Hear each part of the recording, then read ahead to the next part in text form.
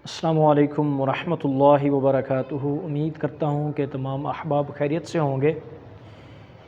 آج جو سوال ہے جس کے بارے میں ہم نے آپ کو گائیڈ کرنا ہے وہ یہ ہے کہ کیا روزہ سحری کے بغیر ہو جاتا ہے؟ تو اس کے متعلق میں آپ کو گائیڈ کروں گا۔ جی ہاں، اگر سحری کے وقت انسان نہ اٹھا، سحری نہ کی، تو اس کا روزہ ہو جائے گا، کیونکہ سحری کرنا یہ سنت ہے، جبکہ روزہ کے صحیح ہونے کے لیے یہ شرط نہیں ہے۔ البتہ نبی کریم رؤوف الرحیم علیہ الصلاۃ والسلام نے سحری کے متعلق ترغیب بھی ارشاد فرمائی ہے، سحری کرنی چاہیے اگر ممکن ہو، اگر نیند نہ کھلے تو ٹھیک ہے۔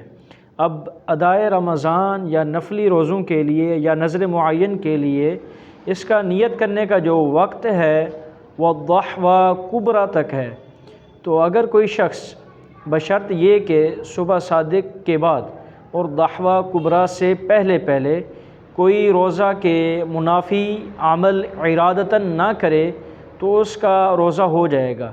اگر ضحوہ کبریٰ سے پہلے اس نے نیت کی تو وہ یہ روزہ کرے گا کہ میں صبح صادق سے روزہ دار ہوں۔ اگر وہ یہ نیت کرے گا کہ میں اب سے روزہ دار ہوں تو اس کا روزہ صحیح نہیں ہوگا۔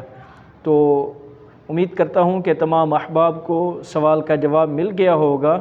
تو براہ کرم ہمارے چینل کو سبسکرائب کر لیں، لائک کریں اور ایک اچھا سا کمنٹ کریں تاکہ ہم مزید آپ کے سامنے اور زیادہ بہترین قسم کی شرعی مسائل کی ویڈیوز لاتے رہیں۔